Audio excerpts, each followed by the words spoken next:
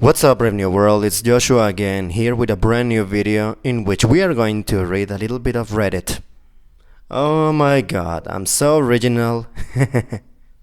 The following thread is a rather fascinating, intriguing, and captivating one because it really elicited a long variety of great answers and because it turned into a very good source of chewed up knowledge that could be used as the initial entry to a rabbit hole of knowledge.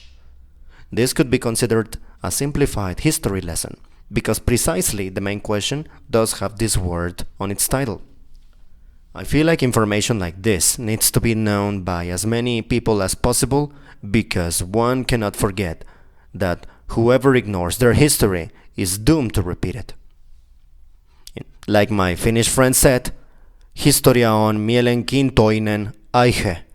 Voimme varmasti oppia siitä paljon. Which translates to, history is an interesting subject. We can certainly learn a lot from it. And I must say, I couldn't agree with her more. Sorry. And yes, so strap in because it's gonna be a long one. And necessary trigger warning. History is not played with heroes and villains, but just people that did things. Good, bad, wonderful, horrid, evil, benevolent, malevolent, and disgusting.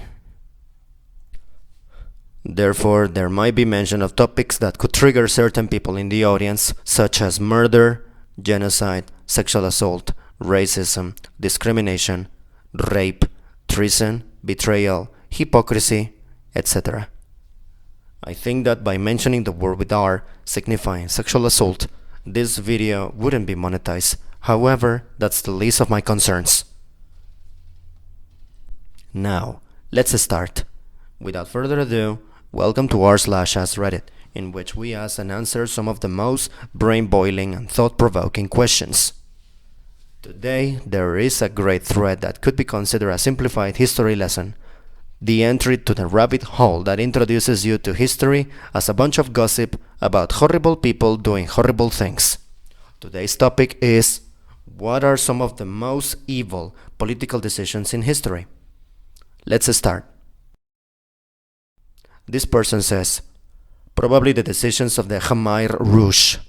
They were so pure in their stupidity and villainy of just moving everyone living in cities with no experience farming and telling them to farm, and killing them if they didn't or they didn't do it well.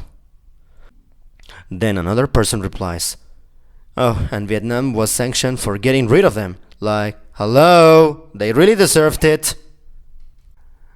And then this other person additionally replies, the Khmer Rouge was an internal revolution. Vietnam was an external invasion. Even though the Vietnamese definitely improved life for Cambodians by toppling the Khmer Rouge, the international community viewed it as a conquest, which is considered bad when your side isn't the one doing it. Wow. Oh my, I couldn't agree more with this particular person, because this is good old hypocrisy, especially with the last line, which is considered bad when your side isn't the one doing it. Oh, wow. Number 2. Genghis Khan utterly destroying cities like Merv, the greatest city in the world then, literally a hill of skulls afterwards. Then this other person asks, was Merv larger or more prestigious than Constantinople? I know the Seljuk Empire was huge, but I didn't realize it was that huge. And then, this other person replies, during the 12th and 13th centuries, Merv might have been the world's largest city, with a population of up to 500,000. During this period, Merv was known as Marw al-Shahijan, Merv the Great, and frequently referred to as the capital of the Eastern Islamic world. According to geographer Yaqut al-Hamawi, the city and its structures were visible from a day's journey away. And okay, it's a Wikipedia post, but this figure is quoted in many references. Constantinople had been on the decline after being sacked during the Crusades. Istanbul grew larger later. Number 3. I haven't seen King Leopold II mention what he did to the Congo. And here's a parenthesis from me, because I know that this guy, this is my opinion by the way, this is not a Reddit post or a Reddit reply, this guy is basically lung cancer, while the Austrian guy with the mustache is probably just regular cancer, equally bad, but I feel that King Leopold is just a little bit more horrible, but I'm being subjective, of course. So let us continue. To this person another one replies, and it says, a terror so awful that when word got to the British from their people in Africa, they didn't believe it at first. They thought the actions were that bad they had to be embellished and not what really happened. When confirmation finally came through of what was happening, Britain petitioned all the countries of Europe to embargo Belgium until they stopped. What Belgium did to the Congo was so terrible, it literally got countries with rivalries hundreds of years old to work together to stop it. It was that bad. And then this other person replies, it also forged the origins of much of the bloodshed and turmoil there that is still happening today. For such a tiny little country, Belgium fucked up nearly a third of a continent, and this wasn't even that long ago, historically speaking. And then this other person replies, keep in mind that what happened in the Congo was not unique. This was happening all over Africa in the European colonies. King Leopold's ghost covers this in the book as well. They mention that people fled the Belgian Congo into the French colonies, and then promptly fled back to the Belgian Congo over how bad it was there. The book also speculates that one reason that the Belgian Congo got so much criticism, as opposed to other nations, is that they were a safe target. Belgium was not a particularly powerful nation, and could not put pressure to stop these reports and criticisms that other nations could. Some examples, by far not even close to all that the Europeans did in Africa. The Germans waged a genocidal campaign against the Herero and Nama peoples in their colonies. The British committed atrocities in their colonies. Just look at Kenya and what they did there. The French were brutal in Algeria. Franklin Roosevelt spoke to his son about what he saw in Gambia in 1943. This is a quote from American Heritage magazine. I must tell Churchill what I found out about this British Gambia today.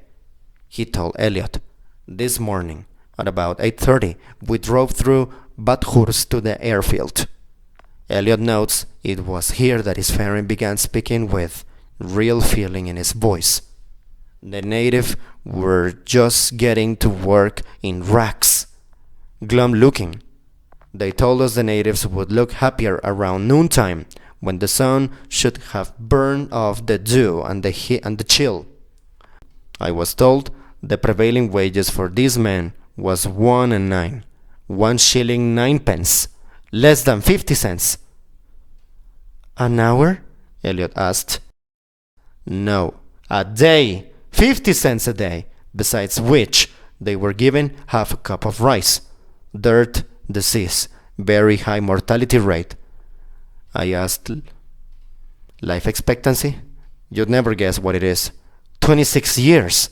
Those people are treated worse than the livestock. Their cattle live longer. End of quotation. And here is the article. It goes more into the deplorable conditions found there. And by the way, this is me speaking. I stopped reading the comment a little bit ago, and I'm going to include this particular link in the description of this video, hoping against hope that YouTube doesn't think that this is an adult website, which obviously is not. Reply number 4. The rape of Nanking. Notable to tie in the propaganda taught to soldiers that they were subhuman. They used to call them locks. They once had a contest to see how quickly two officers could race to kill 100 Chinese people with samurai swords. The Japanese newspaper followed it like it was a sports game. Unit 731 is the only thing close to the experiments that were done on those concentration camps. Just a much smaller operation. I feel like saying what they did is going to violate the terms of service of this website, but they did painful, fatal things for science, and yes, people did take advantage of the results. A lot of evil in whoever started this aggression. Then this person replies, Ishiro Honda, who was the director of the very first Godzilla film, was forcibly drafted and sent to China to govern a comfort house. Basically a brothel where captured Chinese women were abused as sex slaves. After the war, he was one of the few who spoke out about what he saw and wrote an essay to be published about it. It's one of the major records that let us know what really happened during that time. Honda received threats and was ostracized by many Japanese for doing that. A lot of people interpret Godzilla as a warning by the Japanese of what havoc nuclear destruction can wreak. Honda said, to him, it is a warning to Japan that if they ever decide to return to their imperial history, the nuclear beast will be waiting for them. Number 5. Mao Zedong starting 50 million of his own people to death, calling it a great leap forward for the country. And then this other person replies, Thousand Flowers campaign was worse in my honest opinion, literally putting a bait and switch to kill off any mild reformists that could have tweaked their system to work better. But autocrats gotta autocrate. And then this other person replies, I took a Chinese economic course at the UNS University, and it mentioned that the Thousand Flowers campaign in a paper, and the teacher circled it with a question mark. Either I was way off topic, she was completely unaware of it, or she just didn't want me ever bringing up that in the course again. Number 6. This person here says, Operation Paperclip and this bit on Unit 731. Star quotations. While Unit 731 researchers arrested by Soviet forces were tried at the December 1949 Khabarovsk's war crime trials, those captured by the United States were secretly given immunity in exchange for the data gathered during their human experiments. The United States helped cover up the human experimentations and handed stipends to the perpetrators. The Americans co-opted the researchers' bioweapons information and experience for use in their own biological warfare program, much like what had been done with Nazi German researchers in Operation Paperclip. I mean, is anyone really your enemy if you're still doing business with them like this? Then this other person says, this one over here says, Number 7. Not sure if the UN counts as politics, but here it goes. After the Haiti earthquake in 2010, the UN World Food Programme set up a disaster relief for women. They only allow women through their food queues under the guise that they would take a bunch to feed their families. But they also let single women without families through the lines. Thousands of bachelors were turned away and consequently died from having nothing to eat. TLDR, the UN is responsible for thousands of Haitian men starving to death. Oh my god. I must say, this is my personal opinion, a lot of people that claim to be in for women's rights, who are actually misandrists in disguise, are going to salivate over this. Moving on to the next one. Number 8. It's not the most evil, but the one that troubles me the most is the decision by the UK government to require a guarantor against dependence on state funds before admitting the children of Jews escaping Nazi Germany. It's the sheer banality. Parents are sending their children unaccompanied to somewhere safe, because in many cases we had already refused the parents.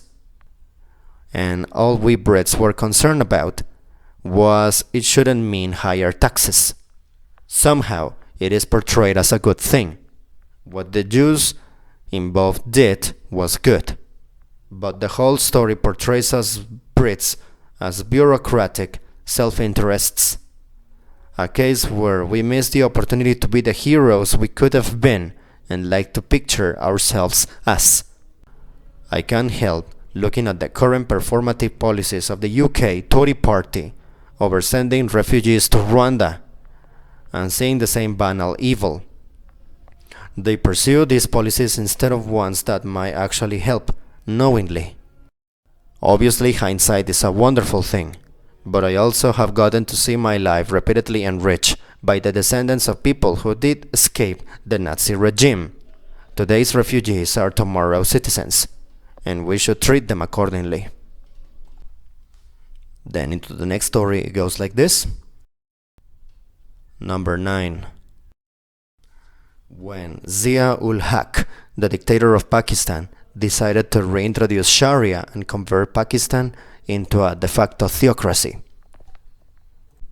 This is when you start seeing an increase in lynchings and people being condemned to death for non-crimes like blasphemy. Many of the problems they are having with terrorism and extremism can be traced back to how religious fanaticism is enshrined within the law. And then to that, this other person replies, also the genocide of Bangladesh by General Genghis Khan and not making a secular constitution. And then this other person replies, that was in 1971 under General Yahya Khan, who was president at the time, who sent Tita Khan to crush the rioting and protesting that came about after West Pakistan, read the Punjabis, fucked over his Pakistani by refusing to acknowledge their lawful win in the 1970 elections.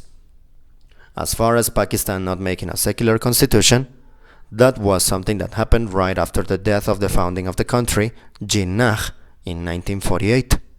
Pakistan would definitely have become a secular republic under him, but alas, he worked himself to death, and they set up the Objectives Revolution the very next year, which established Pakistan as a theocracy. Two completely different events under completely different contexts. And then into the next story. Number 10. Nixon and Kissinger extended the Vietnam War because the Nixon's campaign's main tenet was ending the war, and it's kind of hard to run an end the war campaign when the war is already over with before voters go to the polls. Kissinger was the only one who had his ear to the ground on both sides of the Vietnam War. The North was ready to talk peace if the South stopped their bombings. The South initially agreed, but Kissinger convinced them to back out of the agreement. This added 5 years to the way, if I recall correctly. Also, they could get the job they wanted. And this is not even the most barbarous war crime Kissinger committed. Look up the bombing maps of Laos and Cambodia if you want to see the most indiscriminate cluster bombings in history. This person then says this particular reply that I must say I like, and it goes like this. Anthony Bourdain once said, "Once you visit Cambodia, you will never stop wanting to kill Henry Kissinger with your bare hands." And then this other person replies, as someone who's been to Cambodia, the Tuol Sleng Genocide Museum in Phnom Penh is chilling but a must visit. But since I went last summer along with Vietnam, you'd be surprised how pro-American Southeast Asia has become. That fucker Kissinger lived. This person over here replies with this particular gem that I love. That fucker Kissinger lived to a ripe old age, unlike the untold thousands who died as a result of his recommendations and the Nixon and Ford administration's eager agreement. And then this other person replies with this haunting gem. Thankfully, I don't think living a long ass time counts for much down in hell. This person replies to the very first comment I read. This person replies to this part that goes, Nixon and Kissinger extended the war in Vietnam because Nixon campaign's main tenet was ending the war. This person says, rings a bell.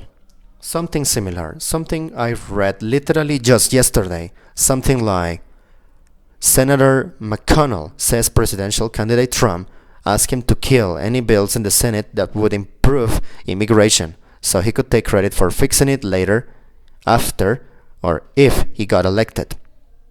Meanwhile, the Texas governor is defying federal law, and 25 other Republican governors have signed a letter threatening to mobilize with him against the federal government. So, a presidential candidate and his party maintaining an ongoing problem with the threat of a civil war to make an incumbent opponent look bad? Huh, am I reading the room properly? Am I reading the room correctly? At this point, I'm hardly surprised. I must say that at this point, I'm rather so unsurprised, and at the same time, I'm so disgusted because knowing that these horrible people did these horrible things make me be like, oh my god, maybe God's mistake was creating the humans in the first place. But that's another topic for another discussion. Now let's move on to the next topic. That goes like this. Number 11. This other story talks entirely about the potato famine in Ireland. To refuse to send food to Ireland during the potato famine. There was loss of foods in Ireland. The British government was exporting food. It was a calculated plan to starve the Irish to death. Some of the British aristocracy saw the famine as God's punishment against the Irish for being poor or Irish. The people responsible for the famine were saying that. And by 1847, Ireland was importing 5 times more grain than it exported. The issue is the British Whigs, in preservation of fair trade, refused to control price gouging, so no one could afford the food. And all these replies I just said were pronounced and said and typed by different people. A Reddit thread is not complete without some good criticism of capitalism. And it goes like this. Not political, but Nestlé convincing African women that their breast milk was unhealthy, so they had to buy their shitty milk products with any little money that they had. And to that, this person replies, don't forget the most important and heinous part of that. Millions of infants died as a result of this, because of the lack of sanitation in these areas, making formula a poor choice, as well as mothers losing the ability to produce breast milk after using formula for so long, and infants dying because they couldn't afford the formula. Initially, the formula was given for free basically, so the mothers would end up having to use it. Fuck Nestlé, they're guilty of genocide. And I must say that I couldn't agree with that more. Oh my. If up to this point you are not depressed, discouraged, or disheartened, I'm gonna be very surprised. One can be a cheerful, upbeat, and overall smiling person despite this horrible reality that we are living in, and despite these horrible facts that exist. Let's move on to the next story, and I must say that this is a little bit interesting because it reminded me of this particular Native American friend with whom I have the privilege to have a friendship. Kiana, if you're watching, this is for you. It goes like this. The extinction of bisons to extinguish Native Americans. It's the first one I can think about, but only because I've learned about it recently, this person says. And then another person replies, they aren't extinct. However, this severely reduced their hurt. And then the original person, whose name I'm not gonna say, says, that was the intent. However, now they are much more but the population reached a low of a few hundreds. This other person replies, the herds were reduced to only a few. A private ranch in Oklahoma, or what would become Oklahoma Yellowstone Park. I think Buffalo Bill's roads show, and perhaps a couple of zoos. All the American buffalo that remain are descendants of only a few dozen animals. And that couldn't be more depressing. Honor for the Navajo cult talkers, by the way. Or should I say, the Ne cult talkers. As a person that loves animals, this is just beyond depressing, and I'll try to deal with it despite it. I'll try to deal with my life knowing this sad fact. For the next story, or more like for the next piece of information, this is going to remind me a lot of my own country, because I live in Mexico, and yes,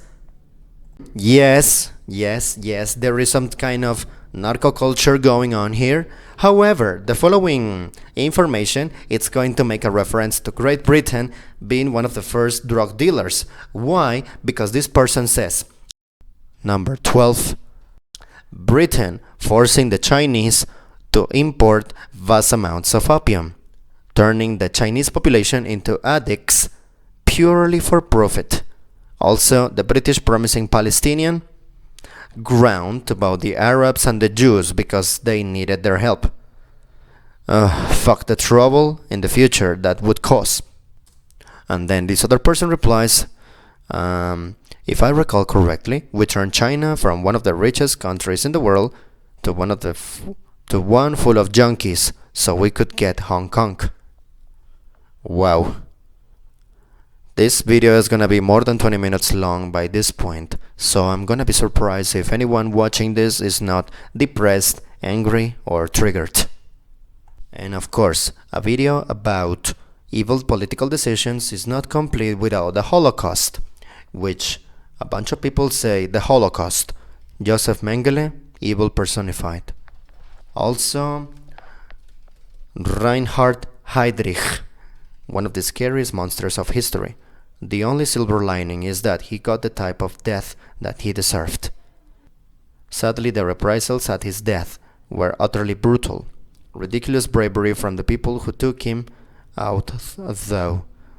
I don't think a Nazi ranking as highly had been assassinated during the war till then. Of course, as I said, a video about evil political decisions is not complete without the Holocaust. And we are going to stop over there. We are going to stop right there, because this information is just too graphic and too depressing at some points. History is plagued with moments like this, moments filled with death, hypocrisy, wars, genocide, murder, betrayal, treason, advancements, prejudice, and so many more horrid examples of what human beings are capable of. Nevertheless, like I said in the beginning, we can take some information from the past to help us advance to the future. Like the saying goes,